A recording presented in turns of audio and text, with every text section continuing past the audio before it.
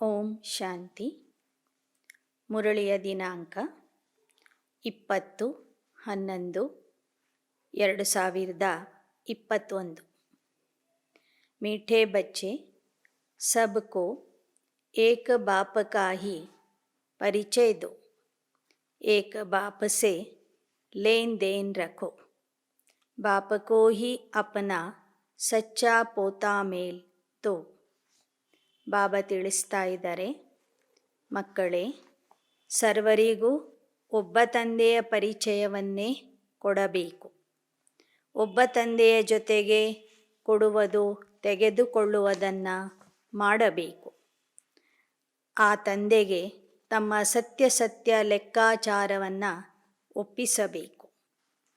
ಪ್ರಶ್ನೆ: बच्चों से अब तक भी अनेक प्रकार की भूलें होती रहती, इसका कारण क्या है? ಪ್ರಶ್ನೆ ಆಗಿದೆ, ಮಕ್ಕಳಿಂದ ಇಲ್ಲಿ ತನಕನೂ ಸಹ ಅನೇಕ ಪ್ರಕಾರದ ತಪ್ಪುಗಳು ನಡೀತಾ ಇವೆ.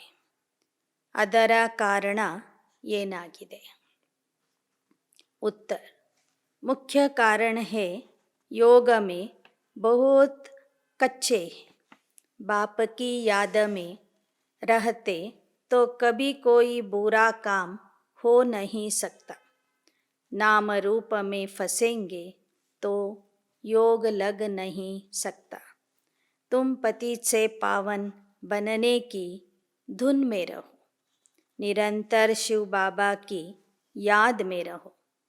तुम्हारा आपस में जिस्मानी प्यार नहीं होना चाहिए. ಉತ್ತರದಲ್ಲಿ ಬಾಬಾ ತಿಳಿಸ್ತಾ ಇದ್ದಾರೆ, ಮಕ್ಕಳಿಂದ ಅನೇಕ ತಪ್ಪುಗಳು ಆಗಲಿಕ್ಕೆ ಕಾರಣ ಅಂದರೆ ಮಕ್ಕಳು ಯೋಗದಲ್ಲಿ ಬಹಳ ಕಚ್ಚಾ ಇದ್ದಾರೆ. ಬಾಬೋರ್ನ ಸರಿಯಾಗಿ ನೆನಪು ಮಾಡಿದರೆ ಮಕ್ಕಳಿಂದ ಯಾವುದೇ ರೀತಿಯ ಕೆಟ್ಟ ಕೆಲಸ ಆಗ್ತಿರಲಿಲ್ಲ. ಆದರೆ ಮಕ್ಕಳು ದೇಹಧಾರಿಗಳ ನಾಮರೂಪಕ್ಕೆ ಸಿಲುಕ್ತಾ ಇದ್ದಾರೆ, ಆಕರ್ಷಣೆ ಆಗ್ತಿದ್ದಾರೆ. ಆ ಕಾರಣದಿಂದ ಯೋಗ ಹಿಡಿಸ್ತಾ ಇಲ್ಲ. ನೀವು ಸದಾ ಪತಿತರಿಂದ ಪಾವನ ಆಗುವ ಧ್ಯಾಸದಲ್ಲಿನೇ ಇರಬೇಕು. ನಿರಂತರ ಆ ತಂದೆಯ ನೆನಪಿನಲ್ಲಿನೇ ಇರಬೇಕು. ನಿಮಗೆ ಪರಸ್ಪರ ದೇಹಧಾರಿಗಳ ಜೊತೆಗೆ ಪ್ರೀತಿ ಇರಬಾರದು. ಗೀತ್ ಜಲೆ ನ ಕ್ಯೋ ಪರವಾನ. ನಾವೆಲ್ಲ ಆತ್ಮ ಪತಂಗಗಳು ಆ ಮಹಾಜ್ಯೋತಿ ಪರಂಜ್ಯೋತಿಯಾಗಿರುವಂತಹ ಪರಮಾತ್ಮನ ಮೇಲೆ ಸ್ವಾಹ ಆಗ್ತಿದ್ದೇವೆ. ಸ್ವಾಹ ಆಗುವಾಗ ನಾವು ಸುಟ್ಟೋದ್ರೂ ಪರವಾಗಿಲ್ಲ, ಆ ಭಗವಂತನಿಗೆ ಸಂಪೂರ್ಣ ಅರ್ಪಣೆ ಆಗುವುದಕ್ಕಾಗಿಯೇ ಬಂದಿದ್ದೇವೆ.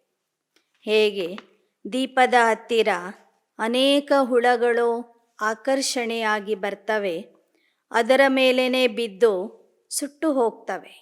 ಹಾಗೆಯೇ ನಾವು ಮಕ್ಕಳು ಸಹ ಕ್ಷಣದಲ್ಲಿ ನಿಶ್ಚಯ ಬುದ್ಧಿಯಾಗಿ ಪರಮಾತ್ಮನ ಮೇಲೆ ಸಂಪೂರ್ಣ ಸ್ವಾಹ ಆಗಬೇಕು, ಸಂಪೂರ್ಣ ಬಲಿಯಾಗಬೇಕು. ಓಂ ಶಾಂತಿ. ಯ ಭಕ್ತಿ ಮಾರ್ಗಕ್ಕೆ ಗೀತ ಗಾಯೇ ಹುಯೇ. ನೋಡಿ, ಪತಂಗಗಳಲ್ಲಿನೂ 3 ಪ್ರಕಾರದ ಪತಂಗಗಳಿರ್ತವೆ. ಕೆಲವು ಯಾವುದೇ ರೀತಿಯ ಚಿಂತೆ ಮಾಡದೆ ಕ್ಷಣದಲ್ಲಿ ಸ್ವಾಹ ಆಗ್ತವೆ. ಕೆಲವು ಸುತ್ತಾಕಿ ಹಾಕಿ ನಂತರ ಸ್ವಾಹ ಆಗ್ತವೆ. ಕೆಲವು ಪತಂಗಗಳು ಸುತ್ತಾಕಿ ಹಾಕಿ ಆ ದೀಪದಿಂದ ದೂರ ಹೋಗಿಬಿಡ್ತವೆ. ಹಾಗೆ ಬಾಬೋರ್ ಮಕ್ಕಳಲ್ಲೂ ಸಹ 3 ಪ್ರಕಾರದ ಮಕ್ಕಳಿದ್ದಾರೆ. ಕೆಲವರು ಬಂದು ಕೂಡಲೇ ತಂದೆಗೆ ಬಲಿ ಆಗ್ತಾರೆ. ಕೆಲವರು ಯೋಚನೆ ಮಾಡಿ ಮಾಡಿ ನಂತರ ಬಲಿ ಆಗ್ತಾರೆ. ಇನ್ನು ಕೆಲವರು ಯೋಚನೆ ಮಾಡಿ ಮಾಡಿ ತಂದೆಯ ಕೈ ಬಿಟ್ಟು ಹೋಗಿಬಿಡ್ತಾರೆ. ವಾಸ್ತವಿಕವಾಗಿ ಈ ಗೀತೆ ಇರುವುದು ಭಕ್ತಿ ಮಾರ್ಗದ್ದು. ಆದರೆ ಇದರ ಅರ್ಥ ಮಕ್ಕಳಿಗೆ ಯಥಾರ್ಥವಾಗಿ ಅನ್ವಯಿಸ್ತದೆ. ಅದಕ್ಕಾಗಿ ಬಾಬಾ ಇಂಥ ಹಾಡುಗಳನ್ನು ಹಾಕಿ ಅದರ ಅರ್ಥವನ್ನು ತಿಳಿಸುತ್ತಾ ಮುರಳಿಯ ಪ್ರಾರಂಭ ಮಾಡ್ತಿದ್ರು. ಆದರೆ ಬಾಬಾ ಹೇಳ್ತಾ ಇದ್ದಾರೆ, ಮುಂದೆ ಯಹ ಸಬ್ ಬಂದ್ ಹೋ ಜಾಯೆಂಗೆ, ಇನ್ಕಿ ದರ್ಕಾರ್ ನಹಿ. ಮುಂದೆ ಭಕ್ತಿ ಮಾರ್ಗದ ಈ ಹಾಡುಗಳು ನಮಗೆ ಬೇಕಿಲ್ಲ, ಇವೆಲ್ಲ ನಿಂತೋಗ್ತವೆ, ಇದರ ಅವಶ್ಯಕತೆಯೇ ನಮಗೆ ಇರೋದಿಲ್ಲ. गायन है 1 सेकंड में बाप से वर्षा मिलता, तुम जानते हो बेहद के बाबा से जीवन मुक्ति का वर्षा मिलता है. जीवन मुक्ति अर्थात इस दुख धाम से मुक्त, भ्रष्टाचारपन से मुक्त. फिर क्या बनेंगे? उसके लिए एम ऑब्जेक्ट तो बहुत अच्छी समझाने की है. ಗಾಯನ ಇದೆ, ಕ್ಷಣದಲ್ಲಿ ಜೀವನ ಮುಕ್ತಿ ಅಂತ.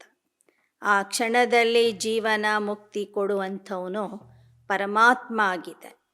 ಜೀವನ ಮುಕ್ತಿ ಅಂದರೆ ದುಃಖಧಾಮದಿಂದ ಮುಕ್ತ ಆಗುವುದು, ಭ್ರಷ್ಟಾಚಾರದಿಂದ ಮುಕ್ತ ಆಗುವುದು, ವಿಕಾರಗಳ ಬಂಧನದಿಂದ ಮುಕ್ತ ಆಗುವುದು ಅಂತ ಅರ್ಥ. ಮುಕ್ತ ಆದ ನಂತರ ನಾವೇನಾಗೋರಿದ್ದೇವೆ? ಭವಿಷ್ಯದ ದೇವತೆಗಳಾಗೋರಿದ್ದೇವೆ. ಈ ವಿಚಾರಗಳನ್ನು ಬಾಬಾ ನಮಗೆ ತಿಳಿಸಿಕೊಡ್ತಾರೆ. ನಿಮ್ಮ ಗುರಿ ಉದ್ದೇಶ ಏನು ಅಂತನೂ ತಿಳಿಸಿಕೊಡ್ತಾರೆ. ಬಾಬಾನೇ ರಾತ್ರಿ ಕೋ ಸಮझाया, कोई भी आते हैं तो पहले परिचय दो ऊंच भगवान का. पूछते हैं यहाँ का उद्देश्य क्या है, तो पहले परिचय देना है बेहद के बाप का. अब वह कहते मुझे याद करो तो तुम पावन बनेंगे.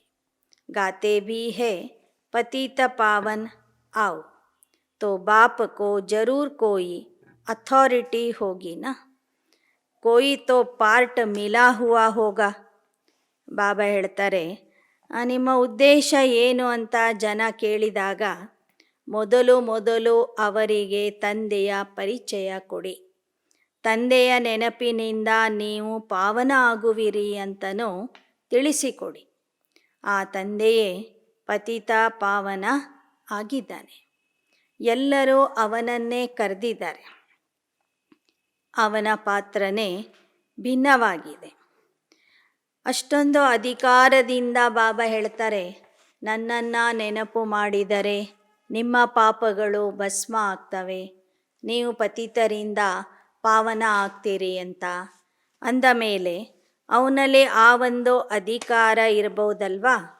ಎಲ್ಲರನ್ನ ಮುಕ್ತ ಮಾಡುವಂಥ ಶಕ್ತಿ, ಎಲ್ಲರನ್ನ ಪಾವನ ಮಾಡುವಂಥ ಶಕ್ತಿ ಅವನಲ್ಲಿ ಇರುವ ಕಾರಣದಿಂದನೇ ಆ ಅಥಾರಿಟಿಯಿಂದ ತಂದೆ ಈ ಜ್ಞಾನವನ್ನು ತಿಳಿಸ್ತಾರೆ. ಅವನ ಪಾತ್ರನೇ ವಿಚಿತ್ರ ಆಗಿದೆ.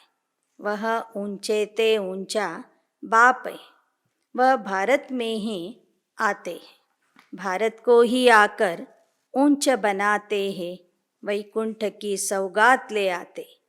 मनुष्य सृष्टि में ऊंचते ऊंचे देवताएं, सूर्यवंशी घराना जो सतयुग में राज्य करते थे, सत्ययुग स्थापन करने वाला ऊंचेते ऊंचा भगवान है. उनको कहते हैं हेवन स्थापन करने वाला ಹೆವನ್ಲಿ ಗಾಡ್ ಫಾದರ್. ನಂತರ ತಂದೆಯ ಬಗ್ಗೆನೇ ತಿಳಿಸಿರಿ. ಪರಮಾತ್ಮ ಉನ್ನತಾತಿ ಉನ್ನತ ಇದ್ದಾನೆ.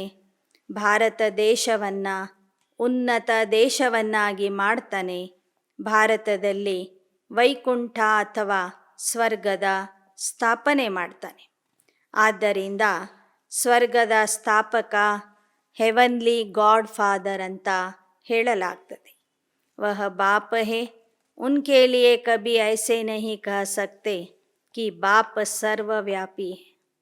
ಸ್ವರ್ಗದ ಸ್ಥಾಪನೆ ಮಾಡುವಂಥ ತಂದೆ ಸರ್ವವ್ಯಾಪಿ ಆಗಿಲ್ಲ. ಯಾರೇ ಆಗಲಿ ತಮ್ಮ ತಂದೆಗೆ ಸರ್ವವ್ಯಾಪಿ ಅಂತ ಹೇಳೋದಿಲ್ಲ.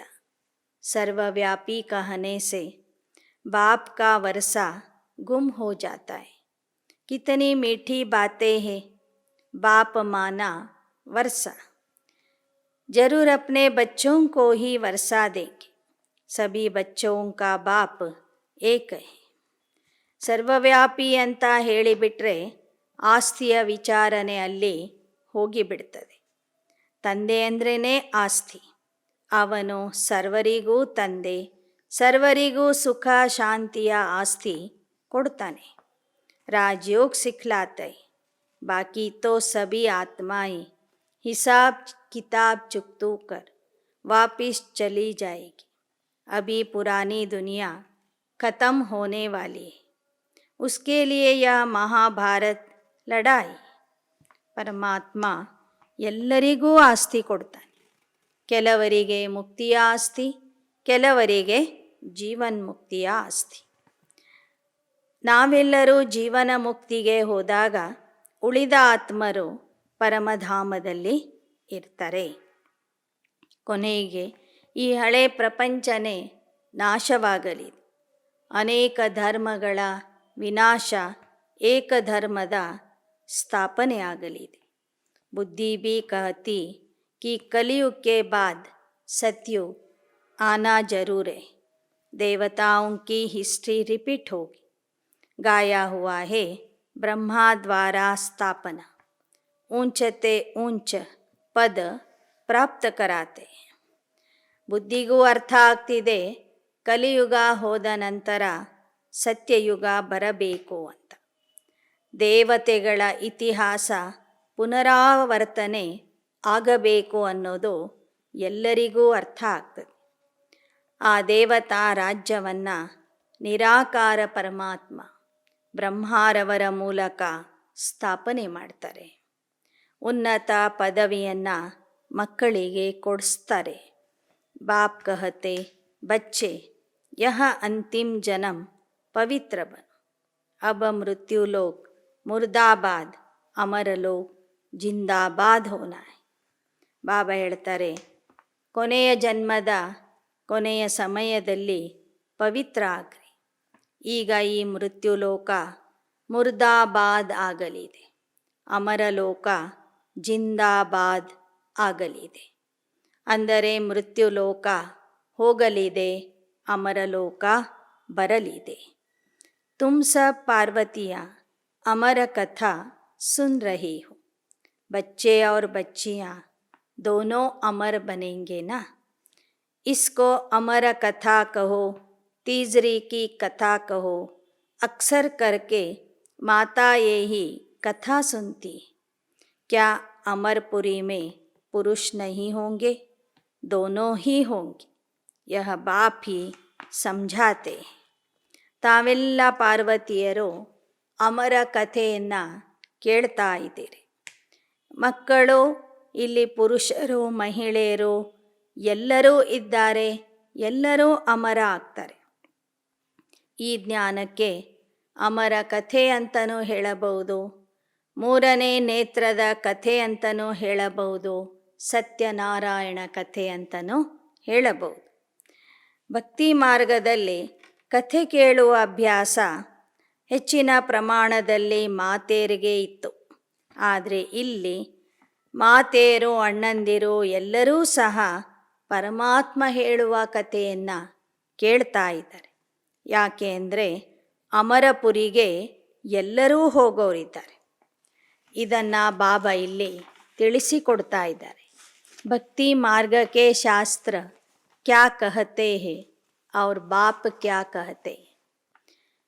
यह भी कहते भक्ति का फल भगवान देने आते. बरोबर सतयुग में इन देवताओं का ही विश्व पर राज्य था. इन्हों को फल किसने दिया? कोई भी साधु सन्यासी आदि तो दे न सके. यह भी जानते हो भक्ति भी जब एक जैसी नहीं करते. जो बहुत भक्ति करेगा उनको फल भी जरूर ऐसा ही मिलेगा. ಬಾಬಾ ಹೇಳ್ತಾರೆ, ದೇವತೆಗಳಿಗೆ ಭಕ್ತಿಯ ಫಲ ಯಾರು ಕೊಟ್ಟರು? ಅವರ ಪೂರ್ವಜನ್ಮದಲ್ಲಿ ಪರಮಾತ್ಮನೇ ದೇವತಾ ಆಗುವಂಥವರಿಗೆ ಆ ಒಂದು ದೇವತಾ ಪದವಿಯ ಫಲ ಕೊಡ್ತಾನೆ. ಯಾವ ಸಾಧು ಸಂತರು ಭಕ್ತರಿಗೆ ಭಕ್ತಿಯ ಫಲ ಕೊಡೋದಿಲ್ಲ. ಭಕ್ತಿಯ ಫಲ ಕೊಡೋನು ಭಗವಂತ ಆಗಿದ್ದಾನೆ. ಯಾರು ಹೆಚ್ಚಿನ ಭಕ್ತಿ ಮಾಡ್ತಾರೋ ಅವರಿಗೆ ಹೆಚ್ಚಿನ ಫಲ ಪ್ರಾಪ್ತಿಯಾಗ್ತದೆ. जो पूज्य थे वही पुजारी बने फिर पूज्य बनेंगे. ಭಕ್ತಿ ಕಾ ಫಲ್ ತೋ ಮಿಲೇಗಾನ. ಹೇಗೆ ಜ್ಞಾನ ಮಾರ್ಗದಲ್ಲಿ ನಂಬರ್ವಾರ್ ಪುರುಷಾರ್ಥಿ ಇದ್ದಾರೆ, ಹಾಗೆ ಭಕ್ತಿಯಲ್ಲೂ ಸಹ ನಂಬರ್ವಾರ್ ಭಕ್ತರಿದ್ದಾರೆ. ನಂಬರ್ವಾರ್ ಫಲ ಸಿಗುತ್ತೆ. ನಂಬರ್ವಾರ್ ಪೂಜಾರಿ ಇದ್ದವರು ಪೂಜ್ಯ ಆಗ್ತಾರೆ. ಯಹ ಬಾತೇ ಭಿ ಅಬ್ ಸಮझानी है. पहले पहले त्रिमूर्ति पर समझाना है. ऐसे नहीं पहले सीढ़ी के चित्र पर ले जाओ. यह है ಡೀಟೇಲ್ ಕಿ ಬಾತೆ. ಬಾಬಾ ಹೇಳ್ತಾರೆ, ಮೊದಲು ಮೊದಲು ನೀವು ತ್ರಿಮೂರ್ತಿಯ ಬಗ್ಗೆ ತಿಳಿಸಿ. ಬಂದು ಕೂಡಲೇ ನೀವು ಏಣಿಯ ಚಿತ್ರ ತೋರಿಸಿ ಏಣಿಯ ಬಗ್ಗೆ ಹೇಳಬೇಡಿ. ಪಹಲೆ ಪರಿಚಯ ದೇನಾ ಹೇ ಬಾಪ ಕಾ. वह ऊंचते ऊंचे फिर ब्रह्मा विष्णु शंकर का लक्ष्मी नारायण का. बाकी भक्ति मार्ग के चित्र तो ढेरों के ढेरे. ಮೊದಲು ಮೊದಲು ತ್ರಿಮೂರ್ತಿ ಚಿತ್ರದ ಮೂಲಕ ಪರಮಾತ್ಮನ ಪರಿಚಯ ಕೊಡಿ. ನಂತರ ಬ್ರಹ್ಮ ವಿಷ್ಣು ಶಂಕರರ ಮೂಲಕ ಪರಮಾತ್ಮ ಮಾಡುವ ಕರ್ತವ್ಯದ ಬಗ್ಗೆ ತಿಳಿಸ್ರಿ.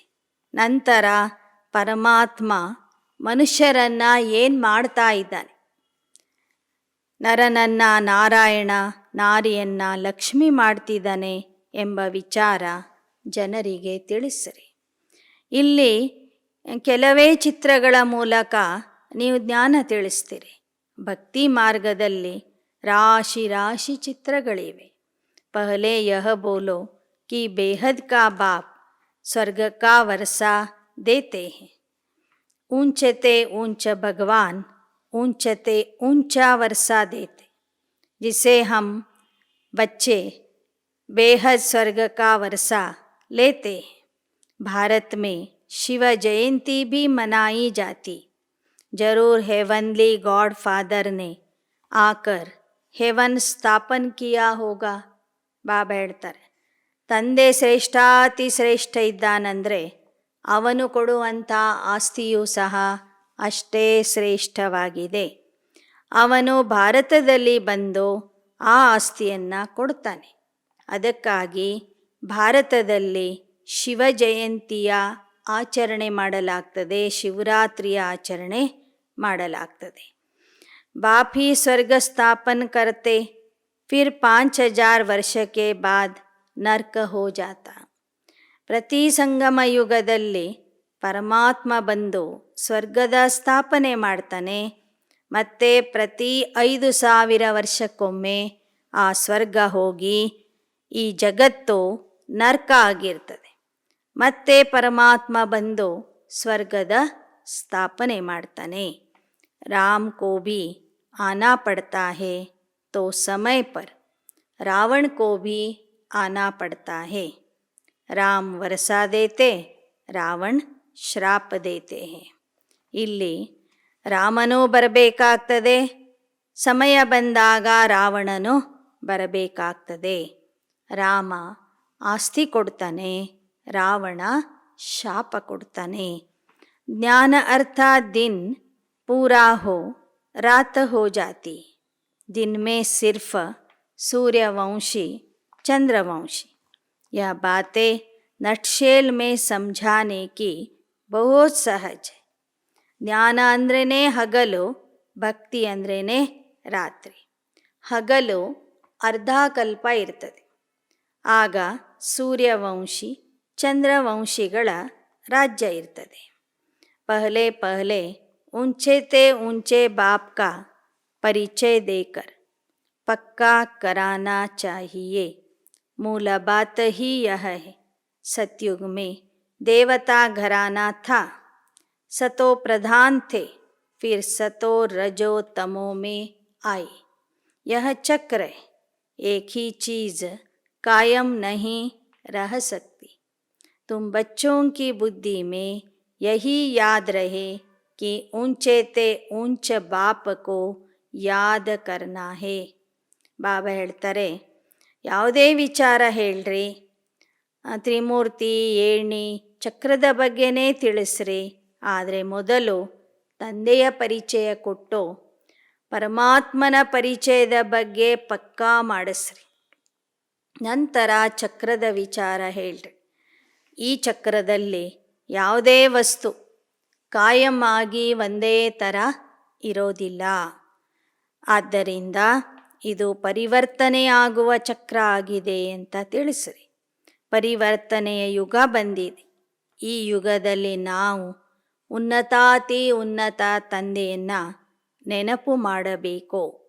ಕ್ಯೋಂಕಿ ಇಸ್ ಯಾದ ಮೇ बच्चे बहुत कच्चे, बाबा भी अपना अनुभव बताते तो याद ही घड़ी घड़ी भूल जाती है.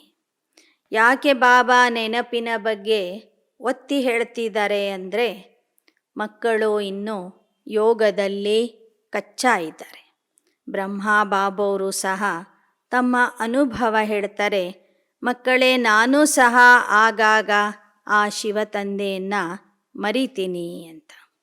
ಕ್ಯೋಂಕಿ ಇನ್ಕೋ ಬಹುತ್ ಖ್ಯಾಲಾತ್ ರಹತೆ ತಬ್ ತೋ ಕಹಾ ಜಾತಾ ಜಿನ್ಕೆ ಮಾಥೆ ಮಾಮಲ. ಆದರೆ ಬ್ರಹ್ಮ ಬಾಬೋರ್ಗೆ ಬಹಳ ವಿಚಾರಗಳು ನಡೀತವೆ. ಯಾಕೆ ಅಂದರೆ ಅವರ ಮೇಲೆ ದೊಡ್ಡ ಜವಾಬ್ದಾರಿ ಇದೆ. ವಹ ಯಾದ್ ಮೇ ಕೈಸೆ ರಹ ಸಕೆ. ಬಾಬಾ ಕಾ ಸಾರಾ ದಿನ್ ಖ್ಯಾಲಾತ್ ಚಲ್ತಾ रहता है, कितनी बातें सामने आती. बाबा को सुबह उठकर बैठने में ಜಾಸ್ತಿ ಮಜಾ ಆತಾ है. ಶಿವಬಾಬಾ ಹೇಳ್ತಿದ್ದಾರೆ, ಬ್ರಹ್ಮ ಬಾಬೋರ ಮೇಲೆ ಇಡೀ ಯಜ್ಞದ ಜವಾಬ್ದಾರಿ, ಮಕ್ಕಳ ಜವಾಬ್ದಾರಿ ಇರುವ ಕಾರಣ ಬೇರೆ ಬೇರೆ ವಿಚಾರಗಳು ಅವರಲ್ಲಿ ಬರ್ತವೆ. ಎಷ್ಟು ಸಮಸ್ಯೆಗಳು, ವಿಘ್ನಗಳು ಮುಂದೆ ಬರ್ತವೆ. ಆದ್ದರಿಂದ ಅವರು ಒಮ್ಮೊಮ್ಮೆ ನನ್ನನ್ನು ಮರೀತಾರೆ. ಅದಕ್ಕಾಗಿ ಬ್ರಹ್ಮ ಬಾಬಾ ಬೆಳಗ್ಗೆ ಎದ್ದು ಅಮೃತ ವೇಳೆಯಲ್ಲಿ ಕುಳಿತು ವಿಶೇಷವಾಗಿ ನನ್ನನ್ನು ನೆನಪು ಮಾಡ್ತಾರೆ. ಅಮೃತ ವೇಳೆಯ ಯೋಗದಲ್ಲಿ ಬಹಳ ಮಜಾ ಬರ್ತದೆ ಅಂತ ಬಾಬಾ ತಿಳಿಸ್ತಾ ಇದ್ದಾರೆ. ನಶಾ ಭಿ ರಹತಾ, ಬಸ್ ಯಹ ಸ್ಥಾಪನಾ ಹೋನೆ ಕೆ ಬಾದ್ ಹಮ್ ವಿಶ್ವ ಕಾ ಮಹಾರಾಜ बनूंगा फिर से. जैसे बाबा अपना अनुभव बताते कि पहली मुख्य बात है बाप का परिचय. ಬ್ರಹ್ಮ ಬಾಬೋರ್ಗೆ ನಶೆ ಏರಿತ್ತು.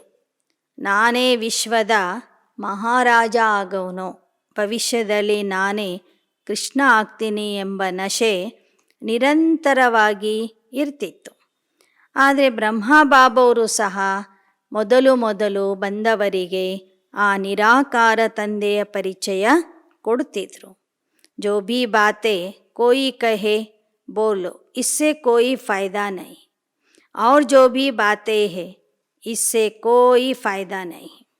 हम तुमको परिचय देते हैं ऊंचते ऊंच बाप का, वह ऊंच वर्षा देते विश्व के मालिक बनने का. आर्य समाजी लोग देवताओं के चित्रों को नहीं मानते. तुम्हारे पास चित्र देखते हैं तभी बिगड़ते.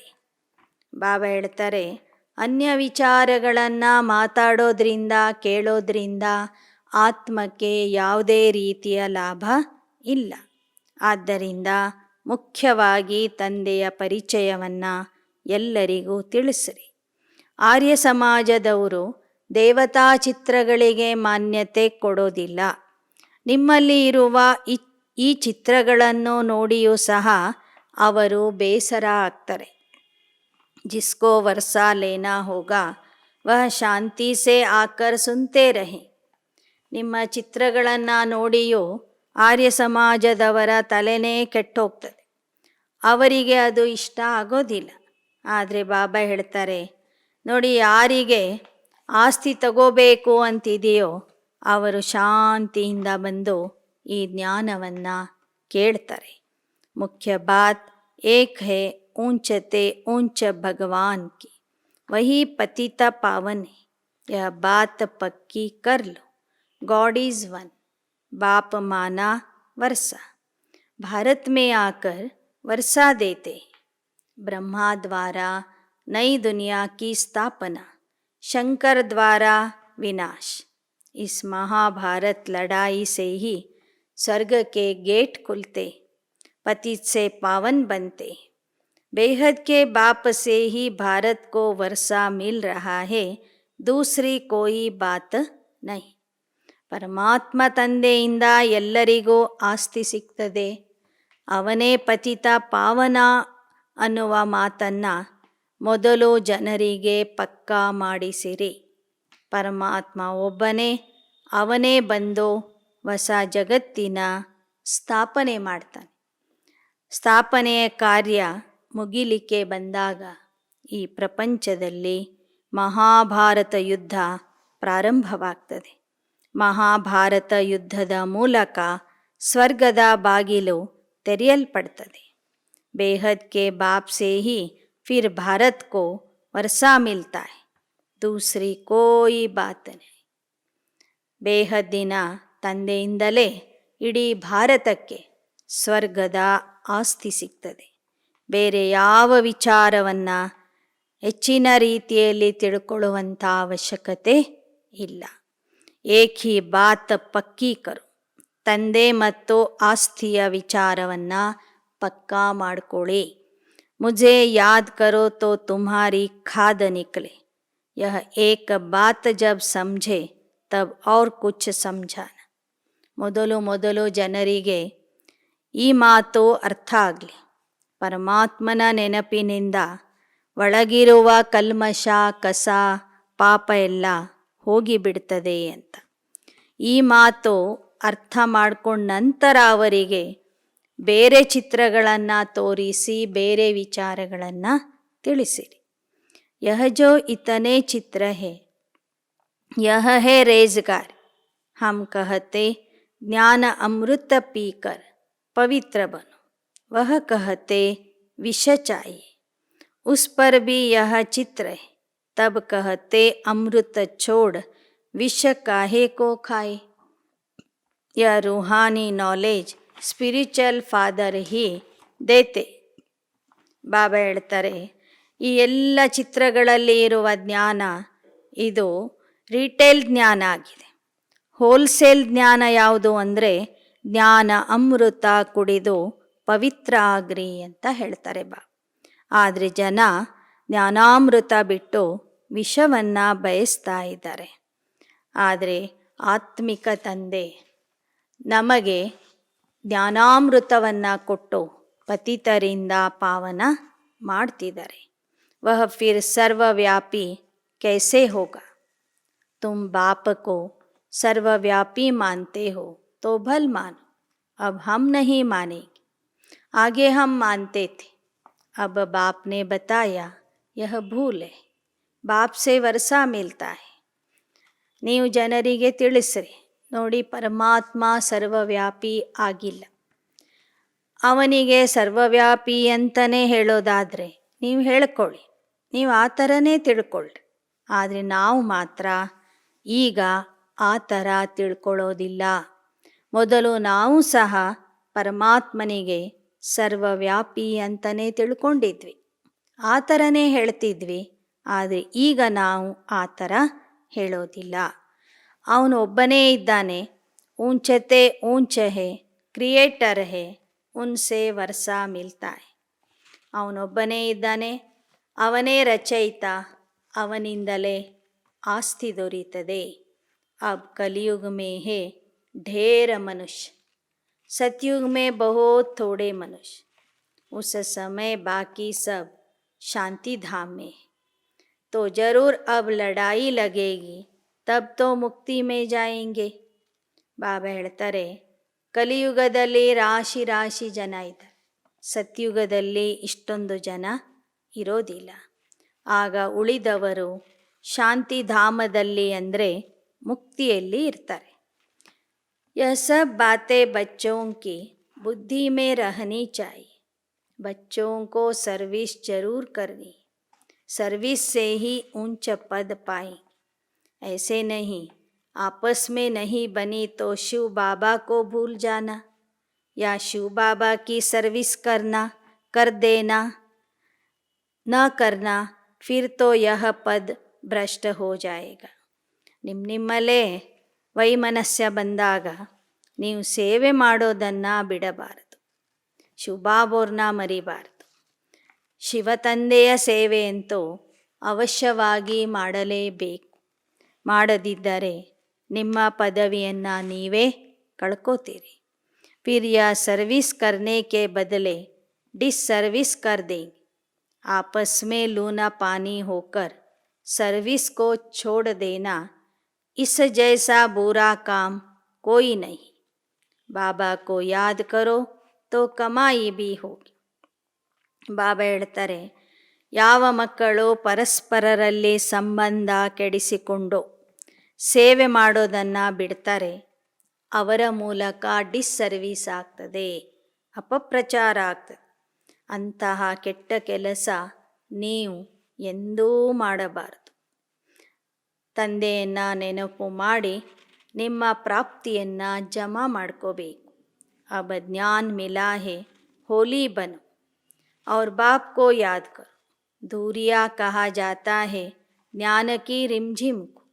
ज्ञान और विज्ञान कहा जाता है. विज्ञान है योग, ज्ञान है सृष्टि चक्र का. होली धूरिया मनुष्य कुछ समझते नहीं. ಬಾಬಾ ಹೇಳ್ತಾರೆ, ಜ್ಞಾನ ಅಂದ್ರೇ ಬಣ್ಣ ಆಡೋದು, ಮತ್ತು ವಿಜ್ಞಾನ ಅಂದರೆ ಯೋಗ. ಯೋಗ ಅಂದರೆ ವಿಜ್ಞಾನ, ಜ್ಞಾನ ಅಂದರೆ ಸೃಷ್ಟಿಚಕ್ರದ ಜ್ಞಾನ. ಯೋಗದಿಂದ ಸುಟ್ಟಾಕುವುದು, ಜ್ಞಾನದಿಂದ ಧೂರಿಯ ಅಂದರೆ ಒಬ್ಬರ ಮೇಲೆ ಒಬ್ಬರಿಗೆ ಬಣ್ಣ ಹಾಕೋದು. ಆದರೆ ಈ ವಿಚಾರ ಜನರಿಗೆ ಗೊತ್ತಿಲ್ಲ. ಬಾಪಕೋ ಯಾದ ಕರ್ನ ಅವ್ರ ಜ್ಞಾನ ಸಬ್ಕೋ ಸುನಾನ. ಹೋಳಿ ಹಬ್ಬದಲ್ಲಿ ಮೊದಲನೇ ದಿನ ಸುಟ್ಟಾಕ್ತಾರೆ, ಎರಡನೇ ದಿನ ಬಣ್ಣ ಆಡ್ತಾರೆ. ಬಾಬಾ ಹೇಳ್ತಾರೆ, ಯೋಗದಿಂದ ಪಾಪಗಳನ್ನು ಸುಟ್ಟಾಕುವುದು, ಎರಡನೇ ದಿನ ಪರಸ್ಪರರ ಮೇಲೆ ಜ್ಞಾನದ ಬಣ್ಣ ಹಾಕುವುದು. ಬಾಬಾ ಬಾರ್ ಬಾರ್ ಸಮझाते, ऊंचे ते ऊंचे बाप को सर्वव्यापी कह नहीं सकते, नहीं तो खुद किसको याद करते. बाप कहते निरंतर मुझे याद करो. ಬಾಬಾ ಹೇಳ್ತಾರೆ, ಶ್ರೇಷ್ಠಾತಿ ಶ್ರೇಷ್ಠ ತಂದೆಗೆ ಸರ್ವವ್ಯಾಪಿ ಅಂತ ಹೇಳುವುದು ಬಹಳ ದೊಡ್ಡ ತಪ್ಪಾಗಿ. ಒಂದು ವೇಳೆ ಪರಮಾತ್ಮ ಸರ್ವವ್ಯಾಪಿ ಆಗಿಬಿಟ್ಟಿದ್ದರೆ ಜನ ಯಾಕೆ ಮತ್ತೆ ಪರಮಾತ್ಮನನ್ನು ನೆನಪು ಮಾಡ್ತಿದ್ರು? ಯಾರಾದರೂ ತಮಗೆ ತಾವೇ ನೆನಪು ಮಾಡ್ತಾರೇನೋ? ಆದರೆ ಈ ಸಣ್ಣ ವಿಚಾರವೂ ಸಹ ಜನರಿಗೆ ಅರ್ಥ ಆಗ್ತಿಲ್ಲ. रचयिता को नहीं जानते, न जानने के कारण सर्वव्यापी कह देते. ऊंचते ऊंचा बाप है, यह सिद्ध कर समझाओ तो सर्वव्यापी की बातें बुद्धि से निकल जाएगी. हम सब ब्रदर्स हैं. 5000 वर्ष के बाद आकर बाप हमें वर्षा देते. सतयुग में हम देवता बनेंगे, बाकी सब मुक्ति में चले जाएंगे. सबको बाप का परिचय देते रहो. क्राइस्ट की प्रेयर करते हैं, बोलो क्राइस्ट तो सबका फादर नहीं है ना. ಒಂದು ಸರ್ವವ್ಯಾಪಿಯ ವಿಚಾರ ಹೇಳ್ರಿ, ನಂತರ ಜನರಿಗೆ ಹೇಳ್ರಿ. ನೋಡಿ, ಕ್ರಿಶ್ಚನರು ಕ್ರಿಸ್ತನ ನೆನ್ಪು ಮಾಡ್ತಾರೆ, ಆದರೆ ಕ್ರಿಸ್ತ ಸರ್ವರಿಗೂ ತಂದೆ ಅಲ್ಲ. ಸರ್ವರಿಗೂ ತಂದೆ ಆದವನು ನಿರಾಕಾರ ಪರಮಾತ್ಮ ಒಬ್ಬನೇ ಅಂತನೂ ತಿಳಿಸ್ರಿ. ಸಬ್ಕಾ ಫಾದರ್ ನಿರಾಕಾರ है, जिसको ही आत्मा ओ गॉड फादर कहकर पुकारती. क्राइस्ट उनका सन गाया हुआ है.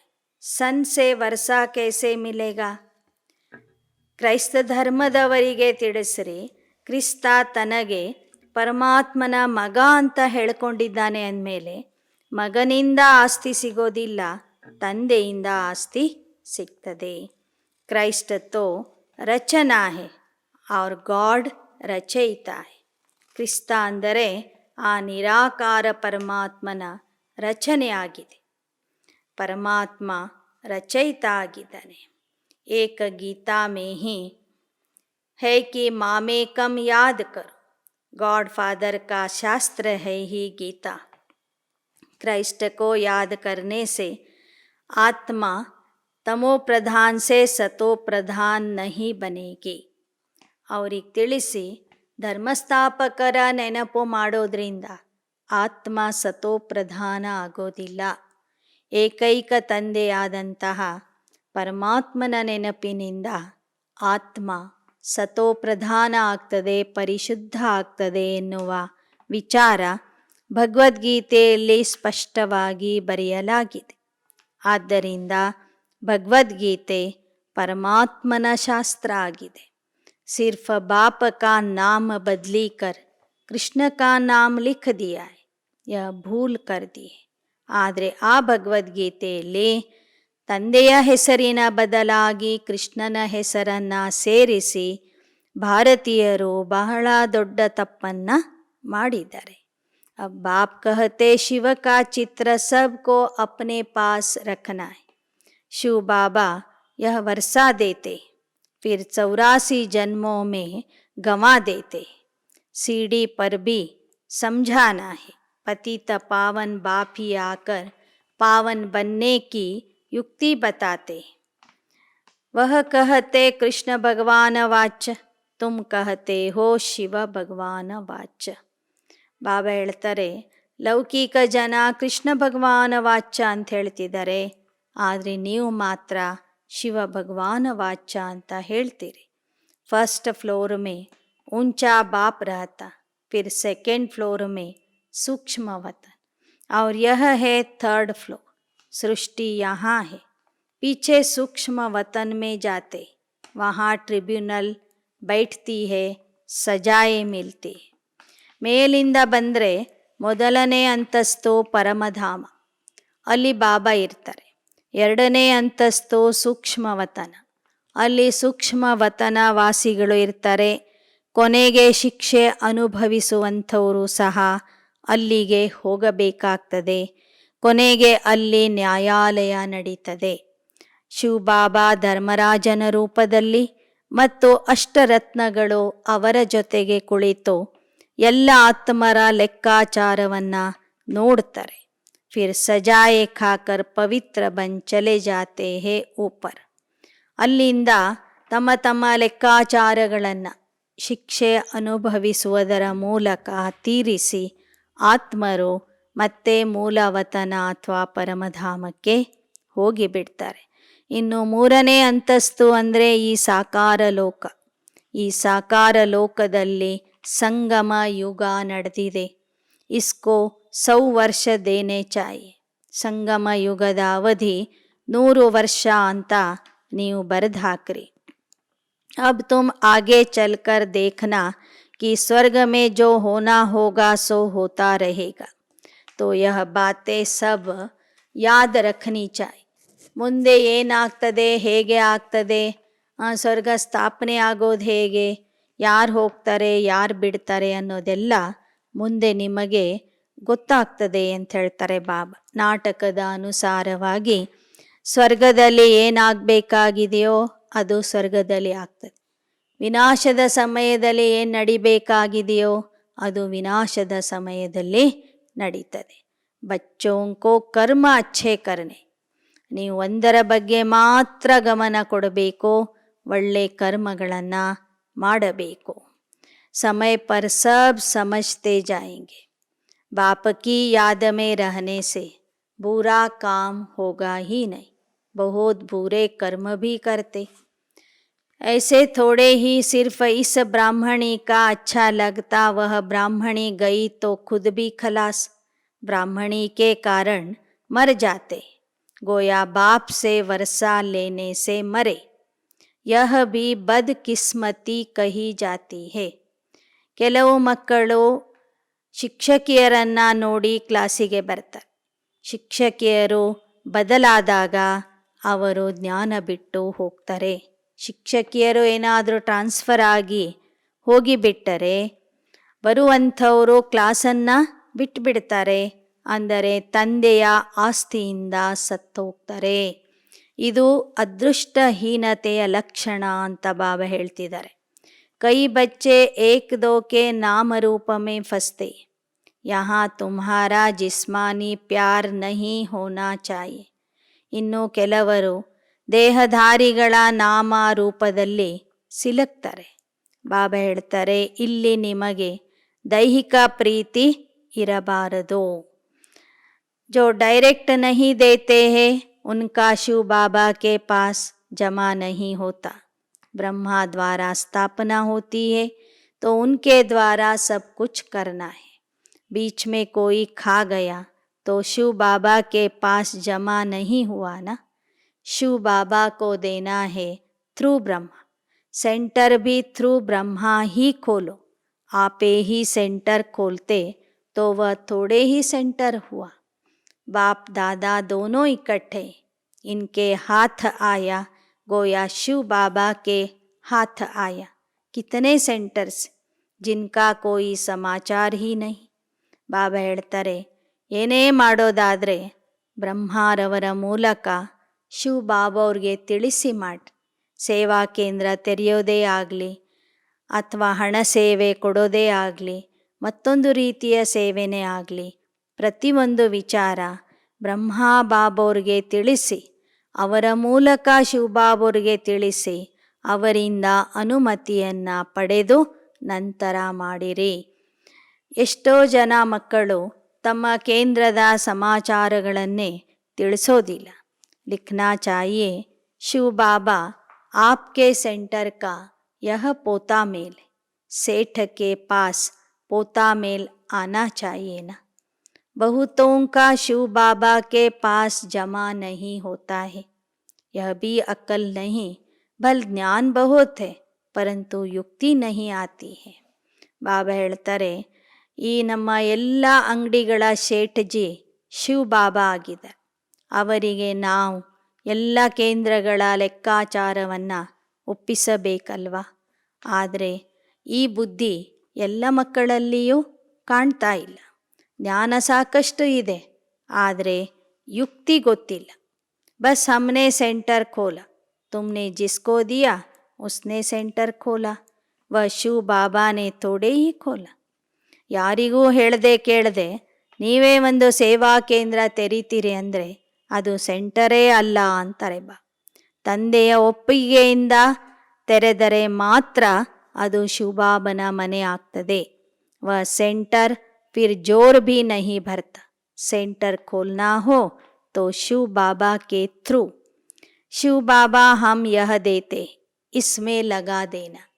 बच्चे भूले बहुत करते, ಯೋಗ ಮೇ ಬಹುತ್ ಕಚ್ಚೆ.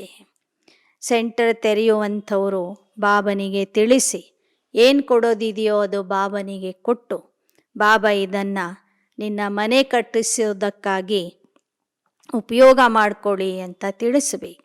ಆದರೆ ಅನೇಕ ಮಕ್ಕಳಿಗೆ ಸೇವೆಯ ವಿಧಾನವೂ ಸಹ ಗೊತ್ತಿಲ್ಲ. ಅನೇಕ ರೀತಿಯ ತಪ್ಪುಗಳನ್ನು ಮಾಡ್ತಾರೆ. ಯಾಕೆ ಅಂದರೆ ಮಕ್ಕಳು ಯೋಗದಲ್ಲಿ ಕಚ್ಚಾ ಇದ್ದಾರೆ. अच्छा मीठे मीठे सिक्की लदे बच्चों प्रति मात पिता बाप दादा का याद प्यार गुड मॉर्निंग. रूहानी बाप की रूहानी बच्चों को नमस्ते. रूहानी बच्चों की रूहानी बाप दादा को याद प्यार गुड मॉर्निंग और नमस्ते नमस्ते नमस्ते. ಧಾರಣೆಗಾಗಿ ಮುಖ್ಯಾಂಶಗಳು. ज्ञान के साथ साथ अपना भविष्य बनाने की युक्ति भी सीखनी है. एक बाप से वर्षा लेना है. किसी देहधारी के पीछे बदकिस्मत नहीं बनना है. ಜ್ಞಾನದ ಜೊತೆ ಜೊತೆಗೆ ಭವಿಷ್ಯ ರೂಪಿಸಿಕೊಳ್ಳುವಂತಹ ಯುಕ್ತಿಯನ್ನು ಕಲಿಬೇಕು. ಒಬ್ಬ ತಂದೆಯಿಂದಲೇ ಆಸ್ತಿಯನ್ನು ಪಡಿಬೇಕು. ಯಾವುದೇ ದೇಹಧಾರಿಯ ಹಿಂದೆ ಹೋಗಿ ನಮ್ಮ ಅದೃಷ್ಟ ಭಾಗ್ಯವನ್ನು ನಾವು ಕಳ್ಕೋಬಾರದು. ಅದೃಷ್ಟಹೀನ ಆಗಬಾರದು. ಎರಡನೇದು, आपस में किसी बात के कारण बाप की सर्विस नहीं छोड़ना. सवेरे सवेरे उठकर अपने आप से बातें करनी है, याद करने की मेहनत करनी.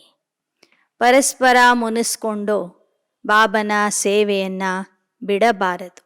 ಬೆಳಗ್ಗೆ ಬೆಳಗ್ಗೆ ಎದ್ದು ತಮ್ಮ ಜೊತೆಗೆ ತಾವೇ ಮಾತಾಡ್ಕೋಬೇಕು.